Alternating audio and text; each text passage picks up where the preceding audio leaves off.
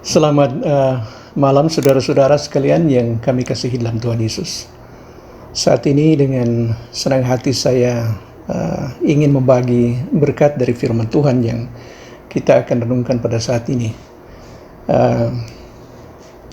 Mungkin pelajaran ini tidak begitu baru bagi kebanyakan orang, tetapi banyak sekali menjadi berkat dari banyak orang yang baik untuk digunakan untuk mengajar maupun untuk menjelaskan kepada mereka yang bisa saja sudah orang Kristen, tetapi masih juga ada keraguan-keraguan dalam hal keselamatan. Topik yang kita akan bicarakan pada malam ini adalah keselamatan dan pahala. Bagi saudara-saudara, tentu saja kalau kita berbicara tentang keselamatan, ada istilah-istilah di dalam Alkitab yang lebih dekat, ada hubungan dengan keselamatan. Ada, kalau saya mencatat, sekitar ada 6. Yang pertama adalah, tentu saja yang paling umum adalah kata keselamatan, dan yang kedua adalah penebusan, dibenarkan atau pembenaran, pengudusan, dan hidup kekal atau pengampunan. Dalam hal mahkota, ada beberapa istilah juga yang biasanya digunakan, yaitu istilah pahala atau mahkota atau upah. Nah, di dalam Alkitab, baik dalam Perjanjian Lama dan juga di dalam Perjanjian Baru, kita melihat bahwa kalau keselamatan dari Perjanjian Lama, kita lebih banyak melihat bahwa dia mengacu kepada keselamatan yang ada hubungan dengan fisik, bukan sesuatu hal yang kekal. Lain kalau kita lihat di dalam Perjanjian Baru. Kalau dalam Perjanjian Baru, dia lebih banyak berbicara tentang keselamatan dari hukuman kekal, memperoleh hidup yang kekal. Nah, sehingga kalau kita lihat di dalam Perjanjian Lama, ada 2 macam keselamatan. Ada keselamatan secara fisik yang lebih banyak dibicarakan, misalnya keselamatan dari musuh-musuh, keselamatan juga dari penyakit atau malapetaka, hal-hal yang sementara. Tetapi kalau kita berbicara tentang keselamatan di dalam Perjanjian Baru, nah itu dia banyak berbicara tentang keselamatan yang kekal, hidup kekal, keselamatan dari hukuman di neraka. Kalau di dalam Alkitab Perjanjian Baru lebih banyak berbicara tentang hidup kekal atau keselamatan dari hukuman kekal. Perjanjian Lama lebih banyak berbicara tentang keselamatan yang sementara. Berarti dalam Alkitab ada 2 macam keselamatan. Perjanjian Lama lebih banyak dari keselamatan secara fisik, tetapi dalam Perjanjian Baru dia lebih banyak berbicara tentang keselamatan kekal. Nah, kalau mahkota atau pahala, ada beberapa macam pahala. Kalau pahala itu atau mahkota, saya hanya mencatat ada sekitar 5 yang disebutkan di dalam apa yang saya bisa catat. Mungkin ada yang mungkin bisa ditemukan lebih banyak lagi. Tapi misalnya dalam Filipi pasal 4 ayat 1, 1 Tesalonika pasal 2 ayat 19, di mana dia berkata tentang mahkota sukacita. Yang kedua adalah mahkota kebenaran yang terdapat dalam 2 Timotius pasal 4 ayat 8, dan mahkota kehidupan atau crown of life kalau dalam bahasa Inggris. Kemudian dia berbicara juga tentang mahkota kemuliaan, dan yang berikut adalah, saya pikir ini juga sebagian daripada pahala yang kita akan terima, di mana Alkitab berbicara tentang kita akan memerintah. Kalau kita menderita bersama-sama atau bersama dengan Tuhan Yesus, itu kita akan beroleh hak untuk memerintah bersama-sama dengan Tuhan Yesus. Yang berikut, perbandingan yang berikut adalah keselamatan adalah gratis, atau itu adalah anugerah Allah yang diberikan sebagai hadiah. Sedangkan kalau kita berbicara tentang pahala atau mahkota, itu harus dikerjakan dengan keras. Itu diperoleh dengan bekerja, berusaha, Dan semakin banyak kita berusaha, berarti kita semakin banyak memperoleh mahkota atau pahala. Ada beberapa ayat yang berbicara, misalnya tentang keselamatan. Keselamatan dalam baik dari perjanjian lama, itu sudah dibicarakan bahwa memang keselamatan itu adalah anugerah Allah. Misalnya dalam Kejadian pasal 15 ayat 6, ia berkata, lalu percayalah Abram kepada Tuhan, maka Tuhan memperhitungkan itu kepadanya sebagai kebenaran. Berikut kita lihat juga, ini dikutip oleh Rasul Paulus dalam Roma pasal 4, di dalam ayat 2 dan sampai ayat 7, di mana Rasul Paulus itu menerangkan tentang pembenaran dari kejadian pada zaman Abram sebelum masa hukum Taurat, dan pembenaran di dalam pada masa sampai pada masa Daud.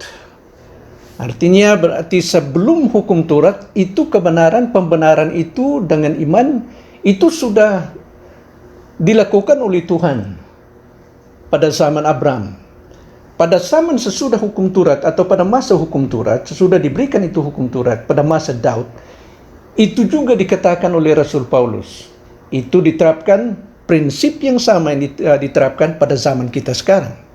Misalnya Rasul Paulus berbicara kepada kita di dalam Roma pasal 4 ayat 5, di mana dia berkata bahwa kepada dia yang tidak bekerja, namun percaya kepada dia yang membenarkan orang durhaka, imannya itu diperhitungkan sebagai kebenaran.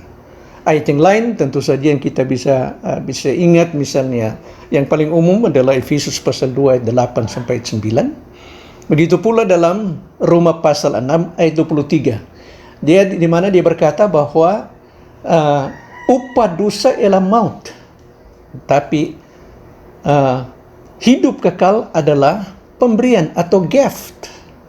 Upah dosa ialah maut, tapi karunia Allah ialah hidup yang kekal. Kata yang digunakan di situ adalah karunia.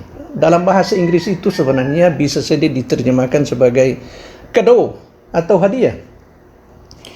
Sedangkan kalau kita melihat pahala itu sekali lagi adalah upah atau sesuatu yang kita harus kerjakan. Dalam Matius pasal 10 ayat 41 sampai 42, Tuhan Yesus Kristus memberikan sesuatu pelajaran bahwa kepada mereka yang akan melakukan sesuatu yang baik kepada hamba-hambanya, seperti rasul atau kepada nabi, kalau sekarang tentu saja kepada hamba-hambanya, para pendeta, atau kepada orang yang adalah orang benar atau orang percaya. Tuhan Yesus Kristus dia berkata begini dalam Matius pasal 10 sampai 42, di mana dia berkata, dan barang siapa memberi air sejuk secangkir saja pun kepada salah satu orang yang kecil ini, karena ia muridku, aku berkata kepadamu, sesungguhnya ia tidak akan kehilangan upahnya daripadanya.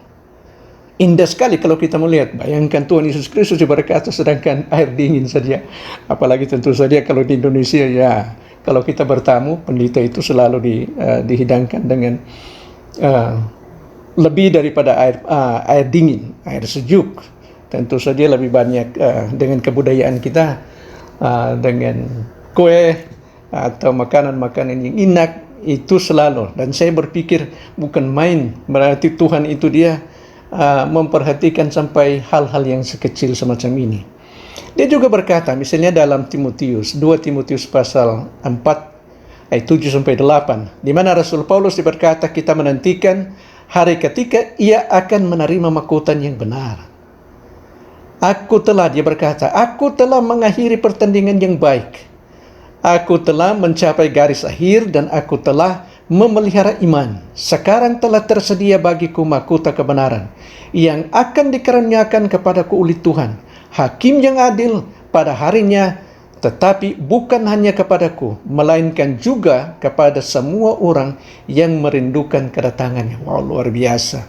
Kita juga bisa melihat tentu saja dalam 1 Korintus pasal 9 ayat 24. Ini katanya, Tidakkah tahu kamu bahwa mereka yang berlomba dalam perlombaan lari semua, tetapi orang menerima hadiah. Tentu saja di sini salah satu ayat yang saya menganjurkan kepada Lai bahwa mungkin ini harus ditinjau kembali. Dia berkata bahwa sebenarnya bagi saya seharusnya terjemahan yang harus digunakan di sini adalah bukan hadiah tetapi piala. Nah, tentu saja kalau piala itu berbeda, hadiah dengan piala dia berbeda. Kalau hadiah itu berarti saya tidak perlu bekerja. Saya bisa bayangkan kalau seandainya ada perlombaan lari. Teman-teman kami di Manado ada yang anggota kita yang dia pelari. Dia bisa lari 10 km. Dan dia pernah menang. Berapa kali dia pernah menang. Waduh, berusahanya luar biasa. Tapi kalau seandainya dia menerima, memang di dalam bahasa kita digunakan, dia akan diberikan hadiah. Hadiah dari gubernur atau hadiah dari wali kota. Tetapi sebenarnya itu sulit sekali dimengerti, kok diberikan hadiah. Itu bukan hadiah, karena dia harus mengerjakan, dia harus berlatih, dia harus lari 10 km. Itu bukan main-main. Nah, sekarang kalau kita melihat, sedangkan Alkitab itu berbicara tentang keselamatan, itu bukan hasil usaha kita, tapi itu adalah hadiah dari Allah. Itulah yang tidak dikerjakan. Sesuatu yang tidak dikerjakan, sedangkan pahala itu kita harus mengerjakannya. Berikut, perbandingan yang berikut. Keselamatan itu berdasarkan dengan apa yang dilakukan oleh Tuhan Yesus Kristus. Sedangkan pahala atau mahkota itu berdasarkan dengan apa yang Anda lakukan atau apa yang saya lakukan. Apa yang saya lakukan selama saya masih hidup di dunia ini. Nah, kalau keselamatan itu memang bertolak dari kasih daripada Tuhan Yesus, kasih daripada Allah yang mengutus anaknya yang tunggal itu. Di mana Tuhan Yesus Kristus, kasih daripada Tuhan Yesus Kristus yang rela menggantikan tempat kita di atas kayu salib, mati sebagai orang penebus dan juru selamat bagi kita. Sedangkan pahala itu adalah hasil daripada upaya kita. Nah, di dalam Alkitab, di dalam 1 Korintus pasal 3, dia berkata, khususnya saya akan perhatikan dan saya akan membaca ayat 14 sampai 15. Jika pekerjaan yang dibangun seseorang tahan uji, ia akan mendapatkan upah. Jika pekerjaannya terbakar, ia akan menderita kerugian. Tetapi ia sendiri akan diselamatkan, tetapi seperti dari dalam api. Oke, kita lihat di sini. Bisa saja upahnya akan terbakar. Dia bisa saja kehilangan, menderita kerugian. Tetapi kalau keselamatan lain, saya tidak pernah itu keselamatan tidak tergantung daripada apa yang saya kerjakan, kemampuan saya bekerja. Tetapi itu semua apa yang dikerjakan oleh Tuhan Yesus Kristus. Yang berikut, perbandingan berikut. Bagaimana diperolehnya? Keselamatan itu diperoleh hanya oleh iman. Kita mendengar firman, sesudah kita mendengar firman, kita percaya di dalam hati bahwa Yesus itu yang telah mati, dikuburkan, dan bangkit pada hari yang ketiga. Itulah yang menyebabkan atau menghasilkan keselamatan. Ketika saya beriman, terjadilah keselamatan. Terjadilah satu transaksi yang sangat penting. Saya menjadi anak Tuhan dan saya memiliki hidup yang kekal. Sekarang, bagaimana kita beroleh pahala atau mahkota? Itu dalam 1 Korintus pasal 15 ayat 58 dan juga dari beberapa ayat yang kita sudah baca sebelumnya. Tentu saja ia berkata, karena itu saudara-saudaraku yang kekasih, berdirilah teguh, jangan goyah, dan giatlah selalu dalam pekerjaan Tuhan. Sebab kamu tahu bahwa dalam persekutuan dengan Tuhan, jerih payamu tidak sia-sia. Jerih payamu tidak sia-sia. Nanti itu dengan tekun kita harus kerjakan, kita harus bekerja keras supaya kita beroleh lebih banyak mahkota atau lebih banyak pahala. Sedangkan keselamatan itu diberikan sudah lengkap, sudah sempurna, tidak boleh ditambah dan tidak boleh dikurangi, karena Tuhan Yesus Kristus yang mengerjakannya. Oke, yang berikut, perbandingan yang berikut. Kalau keselamatan itu memang kita tidak layak, dimulaikan dengan tidak layak, kita tidak layak, sehingga itu disebutkan sebagai anugerah Allah. Rasul Paulus dalam Roma pasal 5 dari ayat 6 sampai ayat 10, dia memberikan keterangan keberadaan kita pada waktu Allah melihat kita dan menawarkan keselamatan itu kepada kita. Dia berkata begini, beberapa kata yang saya petik saja dari kata-kata yang digunakan oleh Rasul Paulus, bahwa kita ini adalah orang berdosa. Ketika kita masih berdosa, Allah menyatakan kasih-Nya kepada kita ketika kita masih berdosa. Berikut, dia berkata, ketika kita masih lemah, berarti memang sama sekali tidak ada kemampuan. Yang ketiga adalah kita masih menjadi musuh dari Allah. Kita masih bermusuhan dengan Allah. Tetapi dengan kasih-Nya yang begitu besar, Ia menunjukkan kasih-Nya dan menawarkan keselamatan itu melalui Anak-Nya, itu Tuhan Yesus Kristus. Sekarang, pahala.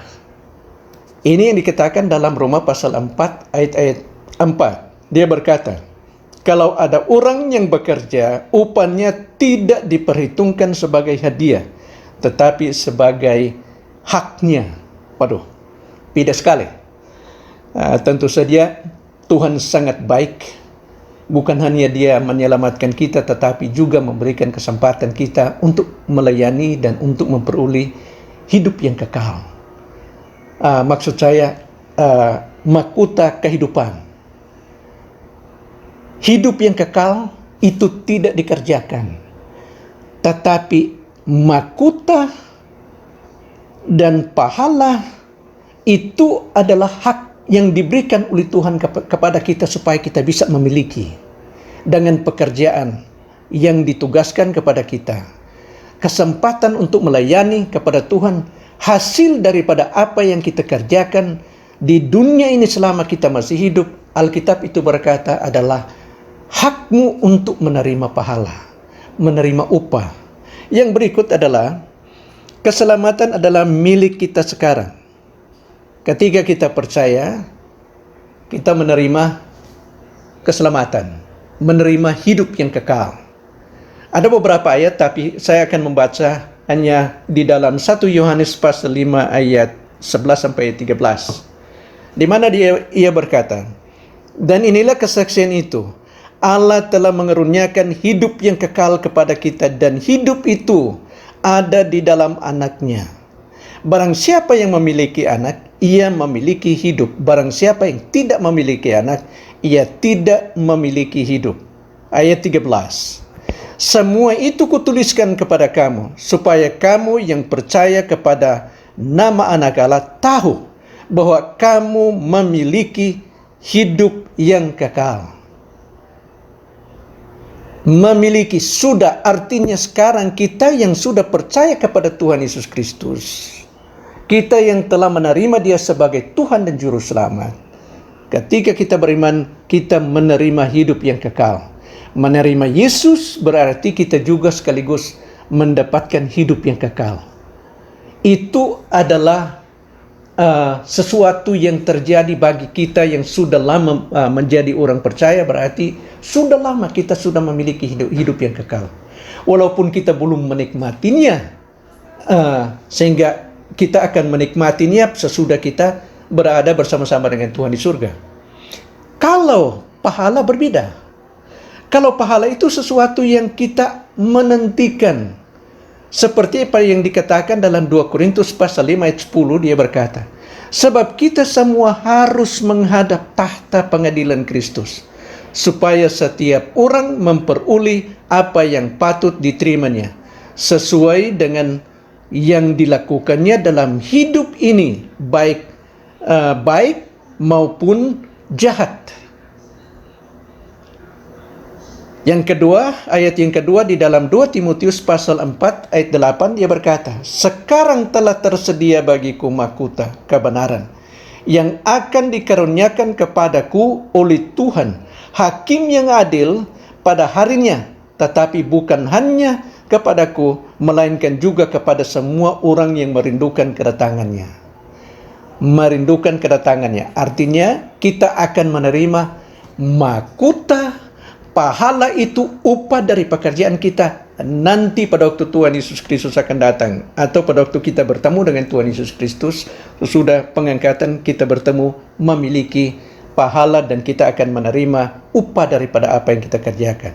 Sedangkan keselamatan itu adalah sesuatu yang saudara dan saya sudah memilikinya selama kita masih hidup, sesudah kita beriman kepada Tuhan Yesus. Perbandingan yang berikut, keselamatan itu tidak ada perbedaan. Tidak ada yang besar, tidak ada yang kecil. Sama semua. Keselamatan itu yang lengkap, yang diberikan oleh Tuhan Yesus Kristus, yang dikerjakan oleh Tuhan Yesus Kristus di atas kayu salib, tidak ada perbedaan. Anda menerima keselamatan, hidup yang kekal, sama dengan saya, itu sama besar, sama bentuknya, sama dia. Hidup yang kekal, kita bisa bersama-sama di surga karena kita beriman dan itu adalah pemberian daripada Tuhan. Berbeda dengan mahkota. Kalau mahkota, dia kalau seandainya orang yang bekerja lebih banyak, karena Alkitab itu berkata bahwa mahkota itu kita akan menerima sesuai dengan pekerjaan kita. Wah, tentu saja kalau saya berpikir ya, ada orang-orang yang rajin sekali melayani Tuhan, lebih banyak berkurban. Mungkin orang lain yang sampai mereka menjadi martir, mati untuk Tuhan Yesus, menderita kemiskinan, mungkin mereka dikucilkan oleh keluarga. Banyak yang dianiaya sampai pada saat ini kita tahu ada banyak negara-negara di mana orang-orang Kristen itu sangat menderita karena mereka beriman kepada Tuhan Yesus. Tentu saja berbeda sekali. Mereka punya pahala, upahnya tentu saja jauh lebih banyak dibandingkan dengan kita yang tidak pernah mengalami seperti itu. Nah, saudara-saudara, kalau kita melihat yang perbandingan yang berikut adalah keselamatan itu Allah yang menjamin. Allah yang memulaikan sesuai dengan Filipi pasal 1 ayat 6. Dia yang memulaikan, dia juga yang menyelesaikannya. Dia juga yang menyempurnakannya. Oke? Maksudnya Tuhan itu yang memberikan keselamatan kepada kita. Dia yang menerima kita sebagai anaknya. Dia yang membayar dosa kita dengan pengorbanannya. Dia juga yang akan menjamin. Lain dengan mahkota. Kalau mahkota itu bisa saja terbakar. Bisa saja kita anggap, aduh saya sudah banyak berkorban. Saya sudah banyak melayani. Tetapi ternyata apa yang saya lakukan, kalau menurut Alkitab itu, karena memang pekerjaan kita itu selama kita melayani di sini ada macam-macam. Alkitab berkata dalam 1 Korintus pasal 3, mulai dari ayat 11 sampai selanjutnya, dia berkata bahwa ada orang yang membangun di atas fondasi dasarnya, yaitu Tuhan Yesus Kristus, di mana kita beriman. Kita membangun di atasnya itu ada bermacam-macam materi. Misalnya ada batu permata, ada emas, ada perak, tetapi ada juga yang kayu, ada rumput kering, dan lain-lain yang gampang dia terbakar. Sehingga itu Alkitab berkata pengadilan daripada Allah. Dalam kursi pengadilan Kristus itu sama dengan melewati, sama dengan api. Artinya kesempurnaan daripada keadilan, sempurnanya keadilan daripada Allah pada waktu dia mengadili, memberikan upah bagi setiap orang yang percaya kepadanya, sama dengan api yang memurnikan emas. Begitu sempurnanya. Nah, saudara-saudara, kalau kita melihat kembali lagi, seperti apa yang saya katakan tadi, kalau kita melihat perbandingan antara keselamatan dengan pahala. Kadang-kadang ada orang bilang, tidak apa-apalah kalau seandainya saya tidak dapat banyak pahala, biarlah saya menjadi tukang membersihkan di surga nanti. Sama dengan kalau bahasa Inggris itu dia janitor. Biar saja saya janitor, asal saya masuk surga. Sebenarnya bukan begitu. Memang benar. Tetapi kalau Alkitab itu Rasul Paulus dia berkata bahwa dia berusaha supaya menekan dirinya untuk mengejar sesuatu pahala, mahkota yang tidak fana. Dia berjuang keras. Dan memang kalau kita berpikir bahwa apakah itu menjadi motivasi kita? Mana yang motivasi yang paling tinggi untuk melayani Tuhan? Apakah pahala? Paulus berkata di dalam 2 Korintus pasal 5 ayat 14 bahwa kasih Allah itu, dia berkata kasih itu Allah, kasih Kristus yang menguatkan sama dengan memaksa dia supaya dia melayani lebih banyak dan lebih giat kepada Tuhan Yesus. Semakin kita mengerti, semakin kita mendalami kasih daripada Tuhan Yesus Kristus, pasti itu yang paling tinggi, motivasi yang paling tinggi kita melayani kepada Allah, untuk hidup lebih sungguh-sungguh kudus di hadapan Allah, di hadapan Tuhan Yesus Kristus, karena kita lebih mengerti bagaimana Dia mengasihi kita. Hendaklah saudara-saudara, firman Tuhan yang kita renungkan pada saat ini menjadi berkat bagi saudara, sebagaimana juga telah menjadi berkat bagi saya juga.